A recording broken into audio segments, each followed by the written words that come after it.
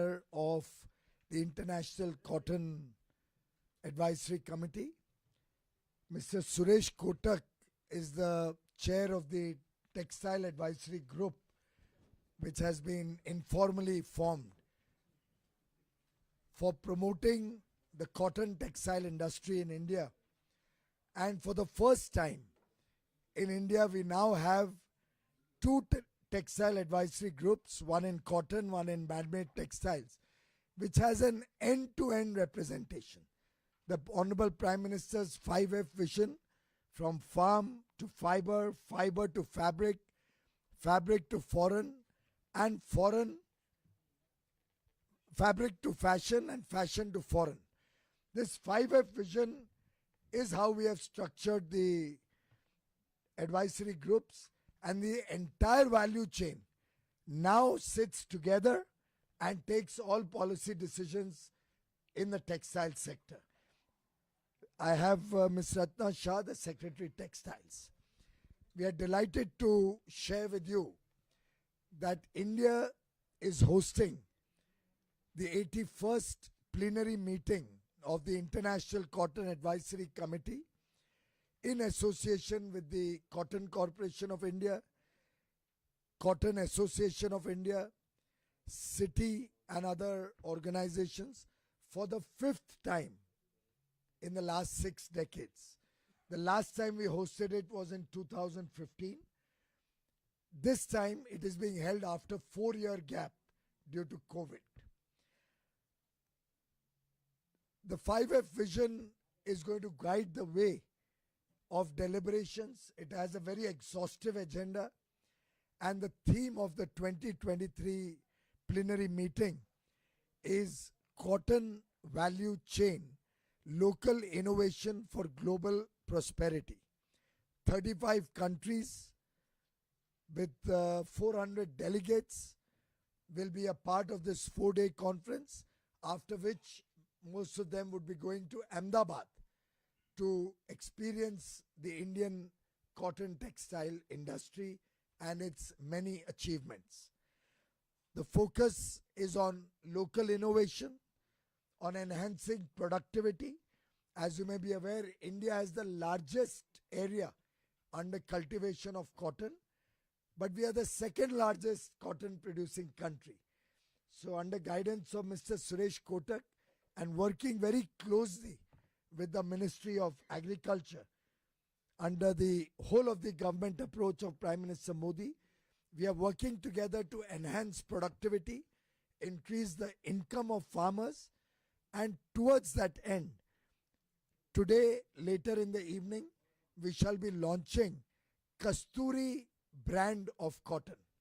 For the first time, India will be launching a high quality cotton product which will be called Kasturi cotton, and I have requested them to show a small film which will give you an idea of how this will transform the lives of cotton farmers in India, how it will give recognition to Indian cotton in the world, and how we will now be host to a new brand of long staple high quality cotton for the very first time in India. Friends, we are also looking at promoting innovation, Internet of Things, sensor-based technologies. We are looking at drone-based pesticide spray, which the Honorable Prime Minister launched only day before yesterday. Drone Didis, who will be owning under self-help groups their own drone and doing the pesticide spraying and fertilizer spraying. We are planning that the entire cotton farmers will also get the benefit from our drone Didis and use modern technology for better cotton producing technologies. Many reports have been submitted today from which India will get new ideas, learn and prepare a roadmap with fixed timelines to achieve our ambitious targets. Today we have also released a stamp called My Stamp on Kasturi Cotton Bharat. We have called it a spiritual fiber and a sustainable product. The first set of Kasturi cotton made products were also launched today. This will have end-to-end traceability, transparency using blockchain technology. We will ensure that the quality remains consistent and high. Friends, the textile sector employs nearly 4.5 crore people, supporting 4.5 crore families, directly being the second largest employment generator in the country after farming.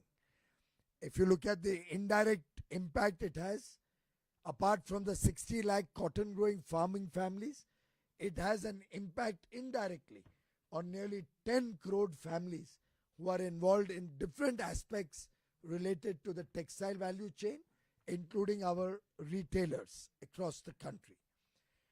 Our cotton has a unique advantage. It's neutral when it comes to greenhouse gases. The footprint is very low. Therefore, it's a sustainable product. It's biodegradable, and almost 50 to 77% of cotton textiles get degraded within 12 weeks. It absorbs 23% more carbon dioxide than it emits, therefore being carbon positive in terms of its impact on climate change.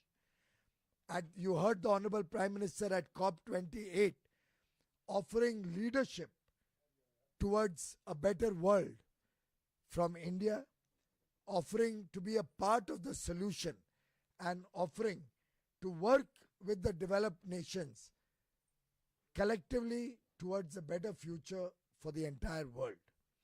Friends, before I conclude, I'd like to share with you that we will be hosting the world's largest textile exposition, fair, seminars and conference from 26th to 29th February 2024 in New Delhi at the iconic Bharat Mandapam, where the G20 Leaders Summit was held, and at Yashobhoomi, two of the amongst the world's largest convention centers that we have now got in Delhi, thanks to Prime Minister Modi's visionary leadership, which understood that it's important we have the infrastructure to support such large exhibitions.